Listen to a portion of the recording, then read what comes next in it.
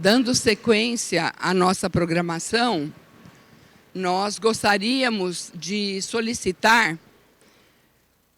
que fosse exibido o vídeo de realização da ATALAC. A ATALAC é uma reunião que acontece entre as instituições que trabalham e pesquisam com cana na América Latina e no Caribe.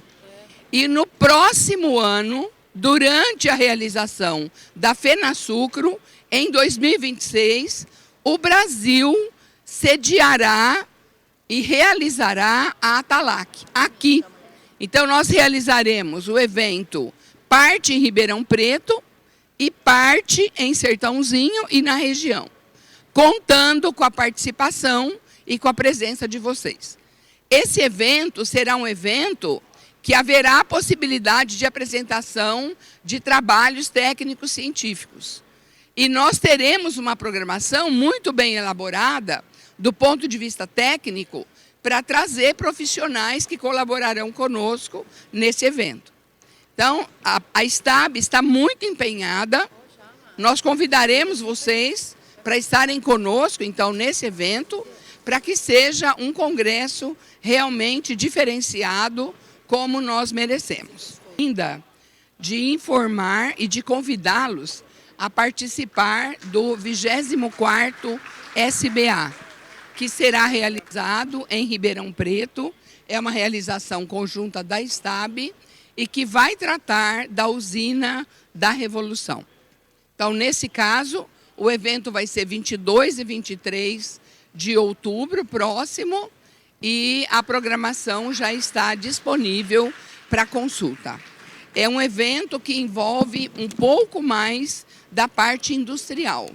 As manutenções, os equipamentos, os protocolos, as tecnologias que estarão envolvidas com a usina da Revolução em desenvolvimento, com essas tecnologias que hoje são muito importantes para que a gente possa conseguir aumento de eficiências, de rendimento e de produtividade. Então, o convite está feito e agora sim nós vamos iniciar o nosso evento, né? Convidando o Américo. O Américo é um colaborador da STAB, tem a sua formação feita na Unicamp, né? Com mestrado e doutorado na área, e vai tratar para nós exatamente de um tema de grande importância, que é processos integrados para a produção de cana-de-açúcar. Eu agradeço a cada um de vocês e convido o Américo para iniciar a sua apresentação. Muito obrigada, Américo. Obrigado. Ali tem água, eu vou deixar aberta. Obrigado. Bom dia a todos. É um prazer estar aqui com vocês. Agradeço, Márcia, a apresentação e a oportunidade de estar aqui, principalmente a doutora Rafaela Rosseto, que vem colaborando comigo há bastante tempo já, né, Rafa? Como minha co-orientadora no doutorado, nós já publicamos alguns trabalhos, alguns até estarão aqui nessa apresentação. Então, agradeço demais a oportunidade. Para mim, é sempre um prazer podendo estar colaborando de alguma forma, passando um pouquinho do que a gente aprendeu ao longo da vida aí. Bom, vou falar um pouquinho da integração de alguns processos e como isso pode afetar a produção de cana, né? Então, sempre voltado para a mecanização. Se a doutora Márcia não ficar chateada, eu vou citá-la na minha apresentação, que a gente faz algumas continhas lembrando dela aí também, né? Então, vamos começar, que tem muita coisa para a gente ver. Então, vamos começar pela caracterização do cenário. Então, hoje a gente fala muito de efeitos da compactação. E o que a compactação é, né? A grosso modo, a compactação é o adensamento do solo, e esse adensamento reduz poros. Essa redução de poros aumenta a densidade e resistência à penetração de raízes. Então, ele tem um primeiro efeito físico que impacta em crescimento do sistema radicular, depois um efeito químico, que como eu reduzo esses poros, né? Eu tenho menos espaço para a solução de solo que nutre a planta, né? A planta não come, a planta bebe uma solução de solo. Então isso vai impactar a nutrição da planta. E depois biológico, como eu tenho menos espaço, eu tenho menos atividade bacteriana e isso também pode estar impactando o sistema radicular. Bom, até aqui tudo fácil, tudo simples. Vamos começar a complicar um pouquinho, né? Então vamos falar um pouquinho de curva de compressão do solo. O que é importante a gente saber aqui é essa letrinha que chama sigma P aqui, que por algum motivo eu não estou conseguindo apontá-lo, mas essa sigma P chama tensão de pré-compressão, né? Então ela delimita o solo em duas fases, uma fase elástica e uma fase de deformação plástica, né? Então o que isso tem, qual que é a importância disso?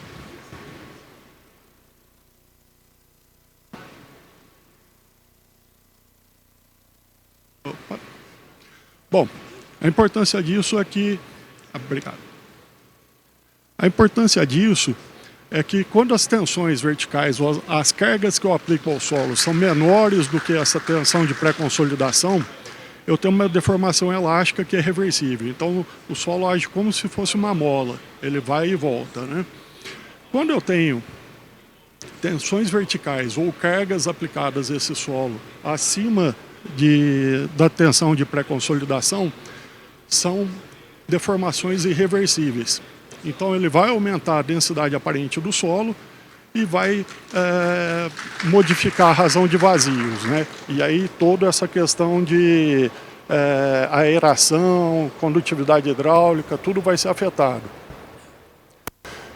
Então temos também a compactação progressiva. E o que isso significa? Toda vez que eu mexo no solo, o solo sai do seu estado inicial e ele se reordena e nem sempre ele volta para o que ele era. E como isso se dá? Ou pela ação da umidade, ou pela ação do próprio peso do solo, ou também pelo tráfego de máquinas, né? E esse tráfego de máquinas, a repetição de operações, e isso é importante, acho que o Douglas vai atacar isso na apresentação dele também, pode estar ocasionando a compactação progressiva e o que a gente chama de pé de grade, né? Principalmente se a gente está trabalhando com equipamentos que não estão rompendo essa camada compactada aqui, né? Então isso impede o sistema radicular de estar desenvolvendo, né? Aqui para baixo quase não tem raiz, porque o solo está muito adensado. Bom, então vamos falar agora um pouquinho de agentes compactadores, né? Então a gente já falou da importância de se conhecer essa tensão, essa carga de pré-compressão do solo, né? A maioria dos solos do Brasil tem uma carga de pré-compressão que varia de 70 a 210 kPa, tá? E aí a gente tem, relembrando, a fase elástica e a fase plástica, né? Então, elástico vai e volta, plástico vai e não volta. Colhedora de cana, 94 kPa. Então, para alguns solos ainda não afeta, né? Mas vamos ver aqui transbordo. Todos os transbordos, e aí não importa se é de 2, 4, 5, 6 eixos, todos os transbordos estão nessa faixa de compactação, né, de cargas de solo. E aí o Douglas também acho que vai abordar isso aí, da importância de pressão de pneus e configuração de rodados, né? Aí a gente tem plantadora de cana. Plantadora de cana também aplica uma carga grande, né? Principalmente o eixo dianteiro, aplicando 406 kPa pelo tamanho do pneu e dimensões desse pneu. Equipamentos de apoio, para quem gosta de rodar no campo com equipamentos de apoio dentro da lavoura, olha o que pode estar causando, né? E os caminhões transbordo que agora estão entrando meio em moda a utilização deles, os que aplicam a maior carga aqui em cima desses solos, né? Bom, para que a gente está vendo isso, né? Porque todos esses equipamentos têm sobreposição de passagem, das passagens, vai ter um efeito de pé de grade e vai causar a compactação progressiva. Até aqui espero que esteja tudo claro, né? Claro como a luz das trevas, né? Bom, daí esses caras aqui fizeram um estudo que é bem legal. né? E aí a Marcinha já vai começar a morrer do coração, mas não morre ainda não, Marcinha, vai ter tempo ainda. O que nós vamos ver aqui, ó? Eles pegaram e avaliaram no segundo corte qual que é a influência dos sistemas de colheita. Tá? Isso aí é bem legal. Então eles tomaram como base a colheita manual, que é a que menos tem pisoteio. Beleza, doutora Márcia? Então daí, o que eles falaram? Ó, só vamos passar a colhedora. De 125 caiu para 93 toneladas por hectare. Colhedora mais transbordo de 3 eixos. Caiu mais um pouquinho. Equipamento de apoio, Douglas. Caiu quase pela metade. Então as regras de ouro lá, lembra quando nós trabalhávamos junto, Douglas? Olha como é que é importante, né? Bom, e nesse trabalho aqui, esses caras falaram que mesmo com o sistema de piloto automático, ainda houve pisoteio. E o que faz isso aí a gente pensar, Marcinha? Eu estou fazendo o planejamento da base física adequadamente? E por que não, Marcinha? Porque pode acontecer situações como essa aqui de sinuosidade devido aos terraços ou outras obras físicas. A gente não faz a compensação e tenta seguir e a sulcação sai desse jeito. E aí o que acontece, Marcinha? Terceiro eixo do transbordo estava pisando, que é o que relata esse trabalho, causando essa perda de produtividade. Bitolas inadequadas, Douglas. Quantas vezes você vê ainda trator com bitola fechada passeando aí, né, em lavoura? Olha o impacto que dá. Então, Marcinha vai falar melhor do que eu isso aí, né? Além desses aspectos conservacionistas, né, que geram essa sinuosidade dentro dos talhões, né, então, essa foto, a foto anterior era sua, viu, Marcinha? Eu não te citei aqui, mas é sua essa foto aí, tá? Está conservando o solo, não está tendo erosão, mas nós vamos ter problema quando está trafegando com o equipamento lá dentro. A gente também tem que pensar em evitar matações, Marcinha. Por quê? Matações como essa dentro do talhão, o que elas ocasionam, Douglas? E o que tinha consultor que falava lá pra gente naquela época? Não, faz matação, não tem problema. Olha aí, vermelho aqui é sempre menor atividade biológica, menos quantidade de planta, né? Então o que leva a uma situação dessa? Pisoteio, perda de soqueira, tem mais mato, menos produtividade, leva a essas condições de colhedora suja, aí separa a colhedora, menos rendimento de colhedora. Tranquilo até aqui? E além do paralelismo, Marcinha, aqui que nós temos que ver? Ele é importante, né? Mas nós temos que ver como é que esses equipamentos estão posicionados dentro do talhão. E aí, o que vocês estão achando? Está tudo no paralelismo. O que está acontecendo com os dois eixos de trás do transbordo? Pisoteando a cana. Então a Marcinha vai abordar isso, vai falar qual a importância de ter um profissional como ela dentro das usinas trabalhando sobre isso. Mas eu vou antecipar um pouquinho, Marcinha, falando de custos, né? Então, tomando como base a colheita manual, com 125 toneladas de cana por hectare, eu tenho um rendimento de colhedora de 1.000 toneladas por dia, aproximadamente. Há um custo de corte e carregamento, ou de corte e tração, como o pessoal mais novo chama, de R$ 14,40. E à medida que eu vou caindo nessa produtividade, como é que esse negócio fica, né? Aumenta em 4,20 o custo. É um pouquinho bom, né?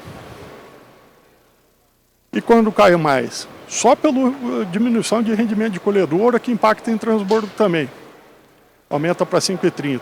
E no caso extremo lá, Douglas, 10,50. É bastante coisa, né? Mas não morre do coração, não. Agora, doutora Márcia, para a senhora que gosta de balanço de massa, eu faço isso também, tá? Aí eu fiz, e espero que as minhas contas estejam certas, que eu pego tudo do livro do Antônio Carlos Fernandes, faço tudo aquela contaiada lá, né? Então eu transformei isso aí, só que eu tomei a liberdade de fazer assim, ó, eu estou transferindo 48% da minha sacarose para a fabricação de açúcar, 50% vai para VHP, 25% para açúcar branco mercado interno, 25% para açúcar branco mercado externo, e o que vai para álcool meio a meio hidratado e anido. Pode ficar bom assim, só para ter uma ideia.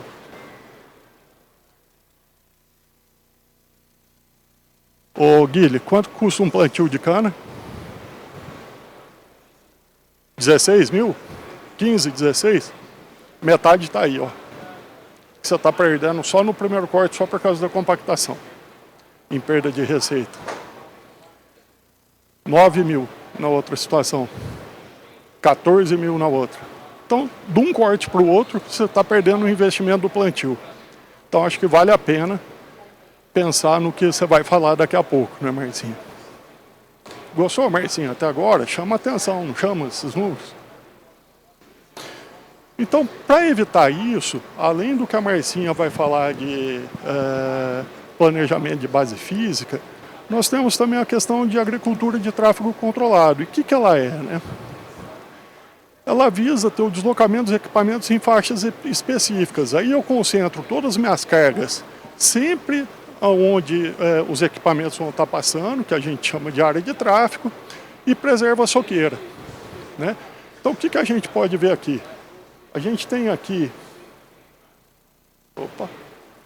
A gente tem aqui uma região onde tem um vaso, né, com um sistema radicular bem fasciculado, que ajuda a parte de nutrição. É isso, Rafa? Eu não sou agrônomo, estou aprendendo. E a gente tem um sistema mais compactado com raiz mais espessa, que não tem a mesma performance do que um sistema radicular fasciculado, né? E tem muito menos raízes. Então isso aqui já vai dando algumas pistas para o que nós vamos falar daqui a pouco, né? Da integração das operações. E qual que é o X da questão aqui, Douglas? Ó, você que gosta disso, né? Eu tenho no transbordo, né, da parte externa do rodado até o centro da linha, em torno de 450 milímetros de distância. E para a colhedora? 320. Supondo que o meu sistema radicular tem um raio de 30 centímetros, o que fica de área sem interferência?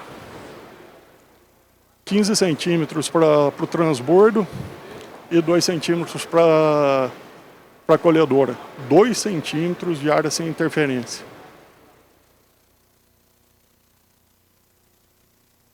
Bom, então, para eu fazer esse negócio funcionar mais ou menos, ter menos problema possível, eu tenho que ter um pré-requisito. E qual que é esse pré-requisito? O sistema de direção assistido, que é o piloto automático.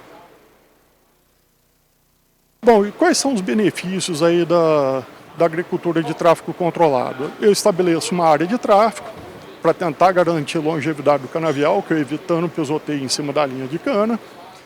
E aí eu impeço a degradação do solo devido ao tráfego, né? Esse gráfico aqui é bem interessante, né? O que está falando aqui?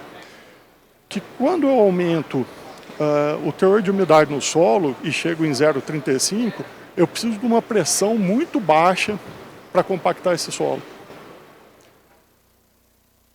Imagina em primeiro corte início de safra, que eu preparei em área total. O que vira esse solo? Eu degrado ele, nunca mais voltou ao estado natural. Bom, fora isso, aí ele pode promover também redução de consumo de combustível por menor desgaste de equipamento devido a menor resistência ao rolamento, né? E cria automaticamente o que a gente chama lá do canteiro, né? Então, o que esse canteiro vai ter de bom? Ele vai ter uma menor densidade aparente, vai conseguir reter mais água, porque tem menor densidade aparente, tem mais espaços, né? E vai proporcionar um melhor sistema radicular e maior taxa de infiltração e menor risco de erosão. Beleza, Marcinho? Então tá conversando com o que eu acho que você vai falar daqui a pouco, né? Aqui não ficou legal. Bom, mas aí a gente tem o CCT, né? Então a gente tem que imaginar que eu quero construir um sistema onde a cana-de-açúcar é a protagonista disso aí tudo, né? Então, para ser protagonista, todas as minhas operações têm que ser integradas. Eu tenho que pensar na cana, o que vai ser melhor para a cana no final do dia, né? Então, se eu já tenho o CTT com a implantação da agricultura de tráfego controlado, eu tenho que desenvolver um sistema de preparo de solo que se encaixe nisso. E Rafa, você gosta de música? Isso aqui não parece uma música? Então o que nós vimos até agora? Como colher a cana, que impacto que pode ter isso aqui na cana, né? Quando eu vou tentar roubar o mel da cana lá para fazer açúcar de etanol, que impacto que pode ser isso? E agora nós vamos aprender o quê? Como tratar a terra. Como criar uma condição para que a cana se desenvolva da melhor forma possível. Ficou bonito isso aqui, doutora Márcia? Bonito, né? Um slide simples, mas bonito. Eu acho que é o mais bonito da minha apresentação. Então vamos falar aqui um pouquinho do ponto de vista de fisiologia. Isso aqui você me chamou a atenção na época do doutorado lá, Rafa, do pesquisa, o trabalho do Rafael Otto. Rafael Otto, acho que aqui estudando nitrogênio, aqui na região da usina Santa Adélia, em Jabuticabal, ele chegou nessa conclusão, que 80% do sistema radicular, ele ocupa aí 60 centímetros de área, né, com 40 centímetros de profundidade. Isso aí já vai dando algumas dicas para a gente. Aí esses outros caras aqui estudaram qual que é o limite do desenvolvimento da raiz, tanto para adensamento de solo, né, quanto para resistência à penetração. E eles chegaram nessa conclusão. Tá? Então já estabeleci alguns limites aqui que vão ser condições de contorno para quando eu estou pensando em preparo de solo. Mas não é só isso. Esses outros caras aqui avaliaram essas 5 componentes, comprimento de raiz, elongação, volume ocupado, etc., para 2 situações de resistência à penetração. Uma 1,35 megapascal, aí obtiveram esses resultados, e aumentando para 4,11 megapascal. As reduções são impressionantes. E o que isso impacta?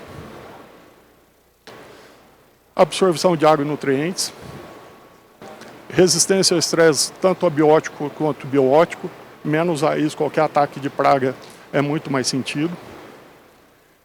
E vai impactar em produtividade. Agora vamos falar um pouquinho da compactação, Douglas, devido à colheita mecanizada. Esses caras aqui da Unicamp pegaram um modelo de elementos finitos e fizeram essas predições para ver como é que a carga desses equipamentos. Então em cima é o pneu dianteiro do trator, ao lado o pneu traseiro do trator, embaixo transbordo e na letra D ali é a colhedora. Tá? E qual a conclusão que eles chegaram?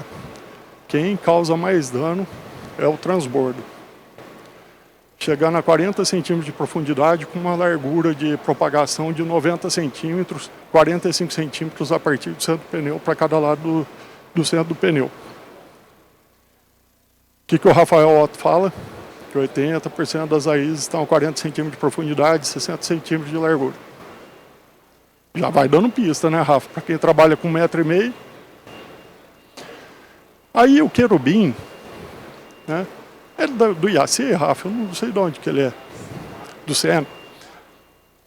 Ele fez esse trabalho aqui, avaliando cargas e densidade do solo, né? E ele chegou na conclusão que a compactação é progressiva, ela vai se dando ao longo das passagens, ela vai aumentando. E é corroborado por esse trabalho da Jimenez. O que ela fala aqui, ó? Ó, pressão aparente ao longo do ciclo da cana vai para 1,8 megagramas por metro cúbico, né? Sendo que o limite é de 1,25 a 1,70, e a resistência à penetração chega a 5. E o limite é 1,5 a 2,5. Já dá mais indício aí de preparo de solo, Rafa, concorda? Bom, e a profundidade do preparo? Rafa, esse trabalho você publicou junto comigo, então você tem que saber tanto quanto eu, hein? Então vamos aqui, ó. O que esse negócio está falando? Nós chegamos à conclusão aqui que a densidade aparente a 40 centímetros de profundidade, tanto na área do canteirizador, nós trabalhamos com canteirizador chegando a 50 centímetros de profundidade, quanto na área embaixo da camada compactada, né? Logo embaixo essa ilha de compactação, e numa área sem mobilização a 40 centímetros, era tudo a mesma coisa. Então adianta eu preparar tão profundo assim? E o que acontece nessa camada mais baixa aí que não sofre essas pressões, né? Essa camada é super importante. Ela já tem uma rede de poros pré-estabelecidas que favorece tanto a troca de ar quanto de água e retenção de água, né? E toda vez que eu mobilizo o solo, o que acontece? Que eu falei lá atrás, ele nunca mais se reestrutura como ele era antes, provocando adensamento. Compensa mexer? Então aqui já tem uma pista de qual que é a profundidade que eu tenho que trabalhar. E a largura do preparo de solo? Vamos pensar um pouquinho na subsolagem? Subsolagem é super legal, não é? Mas o que ela faz? Ela diminui a tensão de pré-consolidação para 70 kPa. Então vamos pensar em quando eu tenho essa pressão de pré-consolidação tão diminuída, processos naturais, como o próprio peso do solo e o processo de umidade, que é secamento e molhagem, né? Molhamento e secagem desses solos, principalmente em solos coesos, eles começam a ter impacto fundamental no adensamento desse solo. Então, por quê? O que acontece, né? Rafa, acho que eu não sei se acabou a bateria aqui. Não, aqui. O que acontece? Eu tenho o solo no estado natural dele, faço a subsolagem, solto esse solo. Esse solo deixa as partículas mais distantes. Quando entra a água, o que acontece com a água, com solos de partícula que tem argila, né? A água sente atraída pelas essas partículas, então tem uma tensão matricial que é constituída ali, só que qual que é o problema quando seca? É como se eu tivesse uma bombinha puxando isso, e a água quando a água sai, ela faz com que essas partículas fiquem cada vez mais próximas. Então o que acontece? Um ciclo de expansão e retração, e no final, ao longo do tempo, ao longo dos ciclos, eu só vou adensando esse solo. Interessante isso, né? Bom, então vamos voltar lá para esse gráfico lá de curva de compressão, né? Eu tenho um sistema onde as cargas que eu aplico, principalmente de transbordo, é sempre maior que a tensão de pré-compressão desse solo. Então, todas estão localizadas ali na deformação plástica do solo. E o que isso vai gerar quando eu vou preparar esse solo, fazer a subsolagem em área total? Vai provocar isso aqui, ó. Mudo o ponto a tensão de pré-compressão, qualquer carguinha que eu aplicar, eu já estou desestruturando esse solo, já estou deformando ele mais do que originalmente ele era. É isso que isso aqui está tentando demonstrar. O que isso aqui impacta? Maior resistência à penetração, trocas de ar, atividade bacteriana, permeabilidade de água, razão de poros, tudo isso aí vai ser afetado. E aí, na prática, né, aquele trabalho do pessoal da Unicamp era em modelo de elementos finitos, e esses caras aqui na prática fizeram a determinação do impacto do transbordo, né? Então o que eles falaram? Ó, o transbordo tem maior impacto mesmo, ele pega 60% da área do espaçamento, esse espaçamento de 1,5 m, então 90 centímetros, está sendo impactado pela pressão dos pneus do transbordo, e já no primeiro corte atinge 2,5 megapascal. O limite é 1,5 a 2,5. Adianta preparar a entrelinha?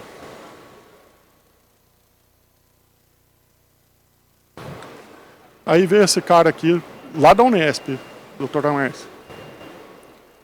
Não tem diferença significativa entre sistema de preparo convencional e sistema de preparo localizado. Não sou eu que estou falando, é ele. Então, quando a gente pesquisa e começa a entender como funcionam as coisas, vale a pena eu preparar 100% da área?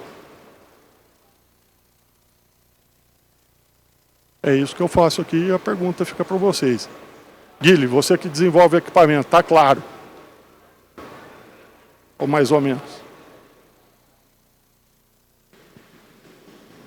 Então, por isso que a gente está falando do sistema de preparo localizado. Tá? Qual que é o objetivo dele? Ele está integrado à agricultura de tráfego controlado. Então as coisas estão conversando, nós estamos criando uma música. Então, Marcinho, não fica bonito? Falar quando é música fica bonito, né? E aí, o que a gente quer? Concentrar a mobilização desses solos só no canteiro. Que já vai ter raiz, já vai ter matéria orgânica, já vai ter nutrientes das safras passadas, já vai estar tudo ali. Tá? Então eu zero esse efeito de compactação progressiva, preservo a estrutura natural do solo, porque esse solo não vai estar tendo carga, então não vai ter aquele negócio de compactação progressiva, eu estou aplicando cargas superiores a que esse solo suporta. Desculpa. E maximizo a utilização de água e nutrientes, porque eu estou criando uma condição especial para esse solo reter tanto água quanto nutrientes.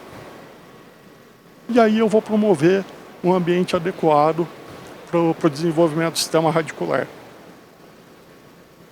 Então, qual que é a entrega que a gente quer quando a gente faz o preparo localizado, né? Ter uma área de canteiro que é mobilizada e descompactada, deixar uma área de tráfego que não é mobilizada e está compactada, e deixar áreas com o solo com suas características naturais para que eu não deturpe esse solo, não desorganize esse solo. Bom, aí vocês vão olhar ali, mas Américo, você está falando de 40 centímetros, por que você está falando de 45 centímetros? O solo tem uma característica que chama empolamento.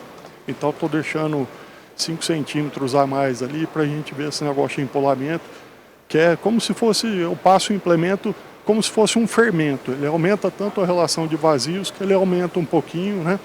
Então é bom deixar isso aqui. Se a gente não mede isso aí direitinho, pode falar, mas não rompeu a camada compactada lá embaixo, que não sei o quê.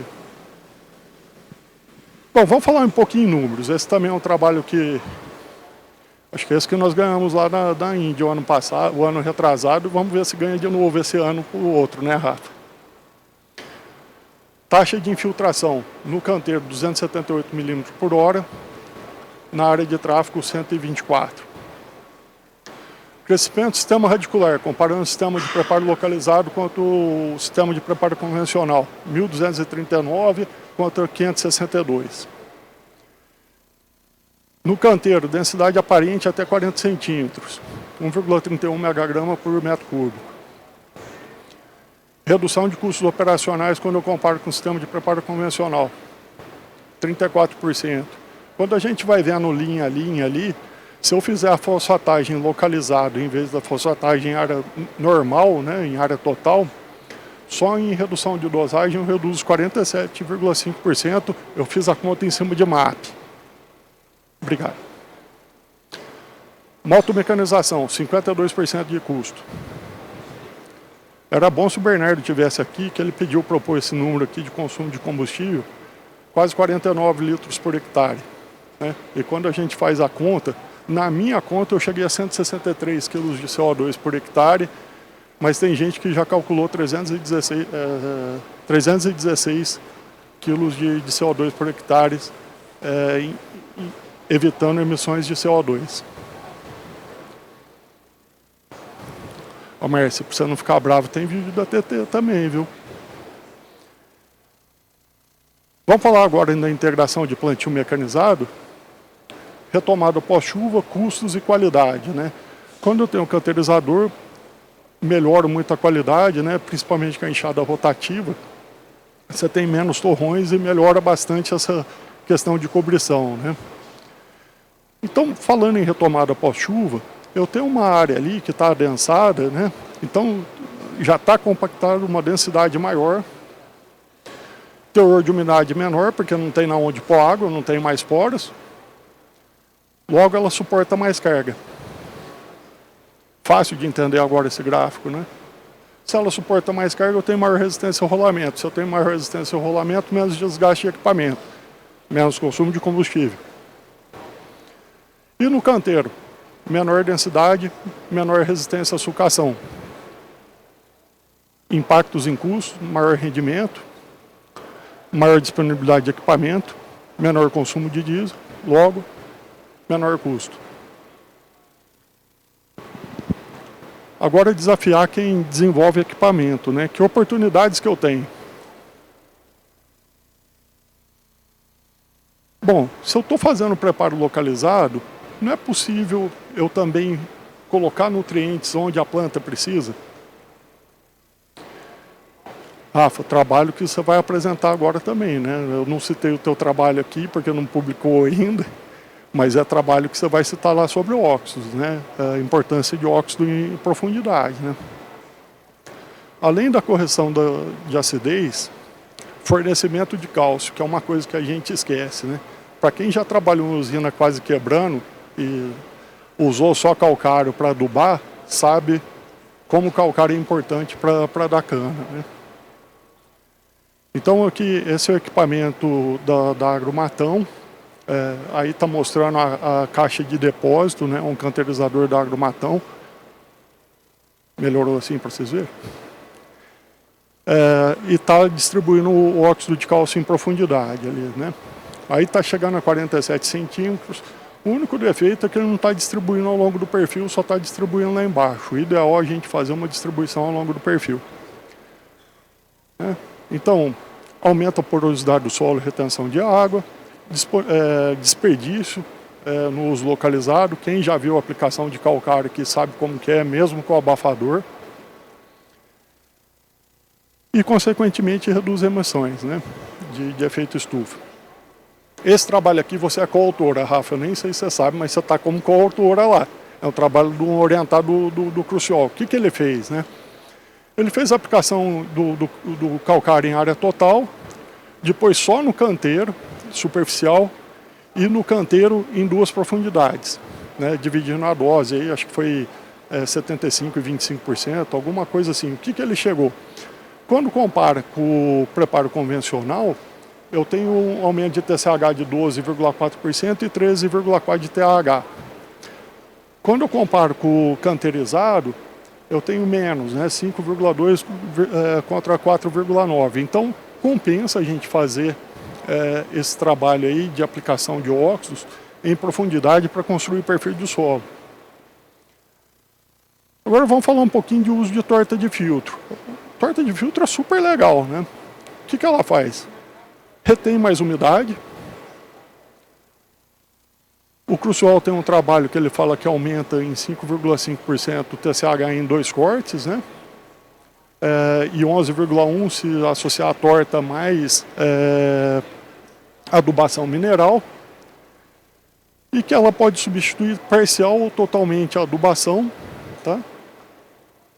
E não compromete a qualidade do caldo. Isso é fundamental. Mas o que acontece só quando eu faço plantio de torta ou composto, né? Acontece isso, eu deixo lá no fundo do solo, né, sem homogeneização, uma profundidade de 300 milímetros. Nessa profundidade eu tenho baixa oxigenação, o que não prejudica a atividade microbiana para fazer com que essa matéria orgânica seja mais ativa para o sistema radicular e atrasando a liberação de nutrientes. E qual que é a alternativa que a gente poderia ter para isso, né? Eu não citei, mas isso aqui foi o Rodrigo da DMB que me passou esse vídeo, né? Eu posso fazer a aplicação superficial com esse tipo de equipamento, né? E fazer a incorporação dessa torta com o canteirizador. O que eu ganho com isso? Estou incorporando uma profundidade de 150 a 200 milímetros, tenho maior homogeneização da torta no solo ou do composto, que garante maior estabilidade de agregados, melhor atividade microbiana e maior disponibilidade de nutrientes em menor espaço de tempo. Fica bem interessante, né, Rafa? Agora vamos comparar o sistema de preparo convencional, mais o plantio de torta, e o sistema de preparo localizado, mais a aplicação de torta localizada, né? Eu reduzo em 41% os custos. Reduzo o consumo de combustível em 80 litros por hectare.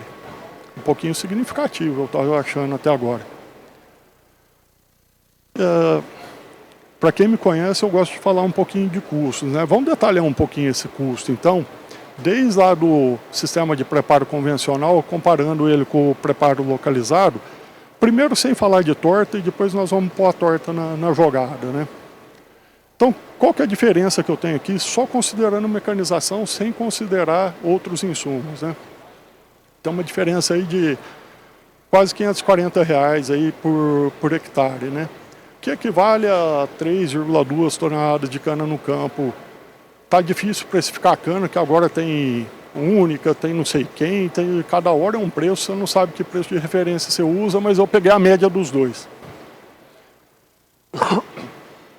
E se eu for fazer a fosfatagem localizada, eu tenho uma oportunidade de redução de custo de R$894. Bom, vamos comparar então o preparo convencional com o plantio de composto e o preparo localizado com a aplicação localizada de composto. R$1.200 de diferença.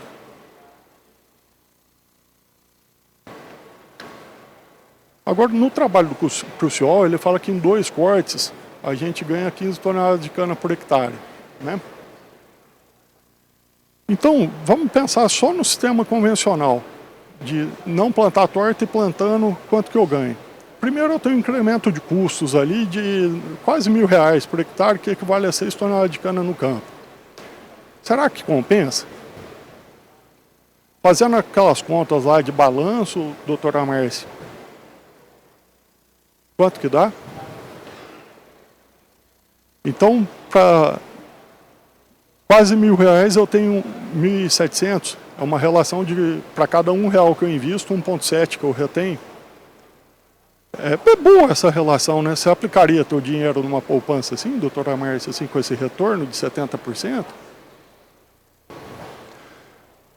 E quando eu falo comparando o preparo de solo localizado, mais a aplicação de torta localizada, vamos arredondar ali para 400 e eu tenho 2.400, então para cada R$1 são R$6 que eu ganho. É importante saber fazer esse tipo de cálculo que a senhora ensina na faculdade, doutora Márcia? Quantas pessoas fazem? Bom, então até aqui o que é necessário, o que é preciso, onde é necessário, nós já vimos o óxido, vimos a questão da torta, né? E agora vamos falar um pouquinho de fosfatagem, né? Que a gente pode fazer a aplicação localizada, adianta eu fazer na entrelinha de cana que já está com 5 megapascal, vai chegar a raiz lá, ela vai absorver, o fósforo se movimenta no solo, Rafa, então adianta eu pôr lá. Não é mais fácil eu reduzir a dose e pôr essa dose no canteiro? Se é mais fácil, eu já estou economizando R$890 aí por hectare. É considerável ou não, Rafa? Ela está ali no sistema radicular, próximo ao sistema radicular, aumenta a eficiência da absorção ou não? Fora isso, a gente tem outras oportunidades, né, de usar bactérias solubilizadoras, e eu acredito, né, a gente está procurando um parceiro para fazer isso, eu, a Rafa, o pessoal da Unicamp, se a senhora quiser participar também, a Unesp, fique à vontade. Nós estamos procurando um parceiro para desenvolver esse tipo de equipamento, né, para aplicar bactérias solubilizadoras, usar fontes de fósforo mais barato, né, que aqui no Brasil tem, e disponibilizar esse fósforo mais rápido para a planta, né? Então os trabalhos que a gente tem visto têm aumentado a eficiência do uso de fósforo, essas bactérias têm aumentado a eficiência do uso de fósforo pelo sistema radicular, pela planta, né? E tem um trabalho desse cara aqui que mostra que tem um ganho de 17 toneladas por hectare. Eu acho que vale a pena a gente pensar nisso. Bom, eu já estou concluindo a minha apresentação, mas para concluir, vai demorar um pouquinho, que eu acho que está pesado. Eu queria agradecer esses 112 trabalhos, que a gente não faz nada sozinho. Então, assim, a única coisa que nós fizemos aqui, né, Rafa, e a Rafa trabalha comigo nisso, é juntar as ideias e ver como é que elas conversam, né, para compor essa sinfonia que é como produzir cana, né. E o que é importante aqui, desses 112 trabalhos, 79 estão aqui de 2021 a 2025, são todos trabalhos recentes. Então acho que isso que é o mais importante, a gente está ligado no que está acontecendo e está trazendo esse tipo de informação para melhorar as nossas atividades dentro do campo, né? Então, meu muito obrigado novamente, Rafa, doutora Márcia. E aqui ficam meus contatos, se alguém tiver alguma dúvida.